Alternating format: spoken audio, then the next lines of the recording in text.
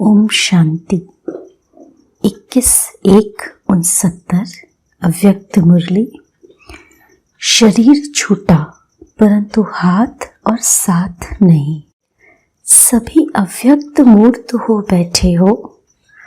व्यक्त रूप में रहते अव्यक्त स्थिति में रहना है।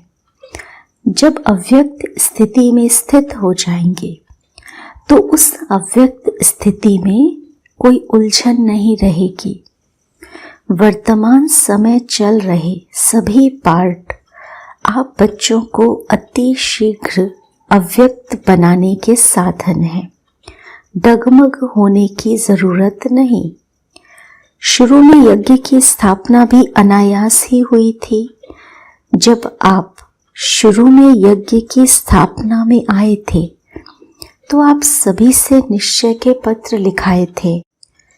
यही निश्चय लिखाते थे कि अगर ब्रह्मा चला जाए तब भी हमारी अवस्था, हमारा निश्चय अटल रहेगा। वे निश्चय पत्र याद है। निश्चय उसको कहा जाता है जिसमें किसी भी प्रकार का, किसी भी स्थिति अनुसार विघ्न के समय संशय नहीं आता। परिस्थितियां तो बदलनी ही है, बदलती ही रहेंगी, लेकिन आप जैसे गीत गाते हो ना, बदल जाए दुनिया न बदलेंगे हम, तो ऐसे ही आप सभी निश्चय बुद्धि आज के संगठन में बैठे हुए हो। आपकी मम्मा आप सबको कहा करती थी कि निश्चय के जो भी आधार अब तक खड़े हैं वह सब आधार निकलने ही हैं, और निकलते हुए भी उसकी नींव मजबूत है। अगर नींव मजबूत नहीं तो आधार की आवश्यकता है। आधार कौन सा? बाबा का आधार, संगठन का आधार, परिवार के नियमों का आधार नहीं छोड़ना।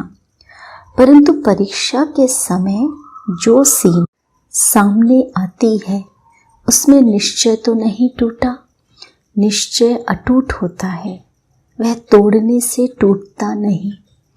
ऐसे ही निश्चय बुद्धि गले के हार हैं। क्या ब्रह्मा आपका बहुत प्यारा है? था नहीं परंतु है। तो क्या वह नहीं कहा करते थे? बातें तो सभी बोली हुई है। समय पर याद आना ही तीव्र पुरुषार्थ है। याद करो, वह भी आप बच्चों को मजबूत बनाने के लिए कहते थे। बाप दादा ने बच्चों का इतना श्रृंगार किया है, तो क्या बच्चे इतना श्रृंगारधारी नहीं बने हैं? एक दिन ऐसा समय आएगा जो इस बाप दादा के श्रृंगार को याद करेंगे। तो अभी वह समय है। पहले तो वह अपने को निरंकारी नम्रचित कहते हुए कई बच्चों को यह सुनाते थे कि मैं भी अभी संपूर्ण नहीं बना हूँ, मैं भी अभी निरंतर देही अभिमानी नहीं बना हूँ। लेकिन आपने अपने अनुभव के आधार से 3-4 मास के अंदर ध्यान दिया होगा, सम्मुख मिलने का सौभाग्य प्राप्त हुआ होगा, तो अनुभव किया होगा कि यह ब्रह्मा अब साकारी नहीं लेकिन अव्यक्त आकारी रूपधारी है। कुछ वर्ष पहले ब्रह्मा छोटी छोटी बातें सुनते थे, समय देते थे, लेकिन अब क्या देखा? इन छोटी छोटी बातों को न सुनने का कारण क्या था कि यह समय निरंतर याद में बीते। क्या आप बच्चों ने उनके तन द्वारा कभी नोट नहीं किया कि उनके मस्तक में सितारा चमकता हुआ नजर आता था? अव्यक्त स्थिति में जो होंगे उन्होंने अव्यक्त मूर्त को जाना, पहचाना। जो खुद नहीं अव्यक्त अवस्था में रहते थे उन्होंने अमूल्य रतन को पूरी रीति नहीं पहचाना। अभी भी स्थापना का कार्य ब्रह्मा का है, न कि हमारा। अभी भी आप बच्चों की पालना ब्रह्मा द्वारा ही होगी। स्थापना के अंत तक ब्रह्मा का ही पार्ट है। अभी आप सभी बच्चे सोचते होंगे कि ब्रह्मा द्वारा पढ़ाई कैसे होगी। यूँ तो वास्तव में अवस्था के प्रमाण कैसे, क्यों के क्वेश्चन उठना नहीं चाहिए, लेकिन कई बच्चों के अंदर प्रश्न तो क्या, लेकिन काफ़ी हलचल का सागर शुरू हो गया है। ये पहला पेपर बहुत थोड़ों ने पास किया। कुछ तो धैर्य रखो। जब अविनाशी ज्ञान है, अविनाशी पढ़ाई है, तो फिर यह प्रश्नों की हलचल क्यों? फिर भी उसी हलचल को शांत करने के लिए समझा रहे हैं। क्लास जैसे चलती है वैसे ही चलेगी। क्या सुनाएंगे?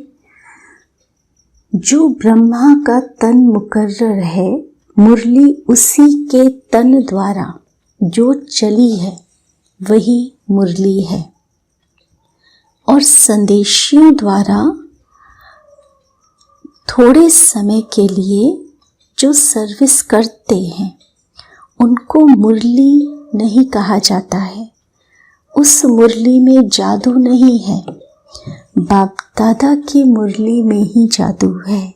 इसलिए जो भी मुरलियाँ चल चुकी हैं वह सभी रिवाइज करनी है। जैसे पहले पोस्ट जाती थी वैसे ही मुख्य सेवा केंद्र पर आबू से जाती रहेगी। क्या आपको 1 वर्ष पहले जो मुरली चली थी वह याद है? कल जो पढ़ी होगी वह भी याद नहीं होगी। कई पॉइंट्स ऐसी हैं जो कई बार पढ़ने से भी बुद्धि में नहीं ठहरती। इसलिए मुरली और पत्र का जैसे कनेक्शन होता है वैसे ही होगा। जैसे आप मधुबन में रिफ्रेश होने आते हो वैसे ही आएंगे। क्या करें, किससे मिलने आवे? अब फिर यह प्रश्न उठता है, किससे रिफ्रेश होंगे? जो लक्की सितारे हैं अर्थात जो निमित्त मुख्य है, उनके साथ पूरा संबंध जोड़कर जो भी आपके सेवा केंद्र की रिजल्ट है, समस्याएं हैं, जो भी सेवा केंद्रों की उन्नति है, जो भी नए नए फूल उस फुलवाड़ी से खिलते हैं, उनको भी संगठन का साक्षात्कार कराने मधुबन में ले आना है। साथ साथ ऐसे संगठन के बीच बाप दादा निमित्त बनी हुई संदेशे द्वारा पूरी सेवा करेंगे। अभी और कोई प्रश्न रहा? आप सोचते होंगे कि लोग पूछेंगे कि आपका ब्रह्मा बाबा 100 वर्ष से पहले ही चला गया। यह तो बहुत सहज प्रश्न है, कोई मुश्किल नहीं। 100 के नज़दीक ही तो आयु थी। यह जो 100 वर्ष कहे हुए हैं यह गलत नहीं है। अगर कुछ रहा हुआ है तो आकार द्वारा पूरा करेंगे। 100 वर्ष ब्रह्मा की स्थापना का पार्ट है, वह तो 100 वर्ष पूरा होना ही है। लेकिन बीच में ब्रह्मा के बाद ब्राह्मणों का जो पार्ट है वह अब चलना है। ब्रह्मा ने ब्राह्मण किस लिए रचे? क्या ब्रह्मा अपनी रचना को देखेंगे नहीं? क्या आपको अब संगम पर जिम्मेवारी का ताज नहीं देंगे? तो सतयुग में देवता कैसे बनेंगे? यहाँ की जिम्मेवारी ही वहाँ की नींव डालती है।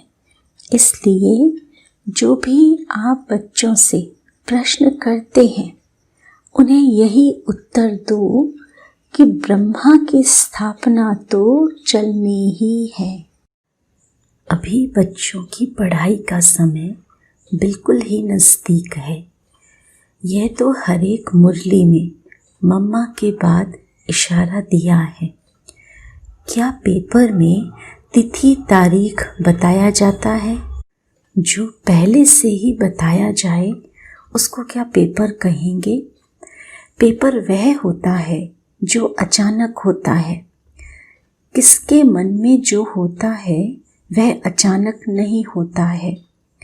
रिजल्ट में क्या देखा? पूरे पास नहीं हुए। कुछ न कुछ कमी एक एक में देखी। फिर भी बहुत अच्छा, क्योंकि समय पुरुषार्थ का है, उस प्रमाण रिजल्ट अच्छी ही कहेंगे। बाकी तो बाप दादा दोनों ही एक बात पर खुश थे। वह कौन सी? बच्चों ने संगठन और स्नेह दोनों का सबूत दिया। ब्रह्मा वतन से देख रहे थे कि कैसे कैसे कोई आता है, कब कब आता है, किस रुहाब से आता है, किस स्थिति से मिलते हैं। यह भी रिजल्ट बाप दादा दोनों ही इकट्ठे देखते रहे। तो हर एक खुद को देखे और खुद में जो कमी हो उसको भरे। बाकी आज से सभी के लिए कौन निमित्त है वह तो आप जानते ही हो। दीदी तो है, साथ में कुमार का मददगार है। जैसे और सभी लिखा पढ़ी चलती थी वैसे ही हेडक्वार्टर से चलती रहेगी। ये दोनों आप सभी की देख रेख करती रहेंगी। अगर आवश्यकता हुई तो आप सभी के सेवा केंद्रों पर चक्कर लगाती रहेंगी। लेकिन अब का पेपर क्या है? यह तो अचानक पेपर निकला, परंतु जो आने वाला पेपर है वह बताते हैं। अब एकमत, अंतर्मुख और अव्यक्त स्थिति में स्थित होकर संबंध में आओ। यही बाप दादा जो पेपर बता रहे हैं उसकी रिजल्ट देखेंगे। पिछाड़ी के समय ब्रह्मा तन द्वारा जो शिक्षा दी है वह तो सभी ने सुनी ही होगी और याद भी होगी। आज के इस संगठन के बीच कुछ देने भी आए हो तो कुछ लेने भी आए हो, तो जो लेंगे वह देने के लिए तैयार हैं। जिसके दिल में कुछ संकल्प आता हो कि ना मालूम क्या हो, ऐसी तो कोई बात नहीं होगी, वह हाथ उठावे। अगर सभी संतुष्ट हैं तो जो लेंगे उसको देने में भी संतुष्ट रहेंगे। दो बातों का आज इस संगठन के बीच दान देना है। कौन सी दो बातें? एक मुख्य बात कि आज से आपस में एक दो का अवगुण न देखना, न सुनना, न चित्त पर रखना। अगर कोई बहन या भाई की कोई भी बात देखने में आए तो निमित्त बने हुए जो हैं उनके द्वारा उनको इशारा दिला सकते हो। दूसरी बात, कई लोग आपके निश्चय को डगमग करने के लिए बातें बोलेंगे, आवाज़ फैलाएंगे कि अब देखें यह संस्था कैसे चलती है, लेकिन उन लोगों को यह मालूम नहीं कि इन्हों का आधार अविनाशी है। दूसरा, यह भी ध्यान में रखना कि कोई भी हिलाने की कोशिश करे तो जैसे आप बच्चों का कल्प पहले का गायन है, अंगद के समान पाँव को नहीं हिलाना है। ऐसे निश्चय बुद्धि अडोल एक रस ही जो आने वाले लास्ट पेपर हैं उनमें पास होंगे।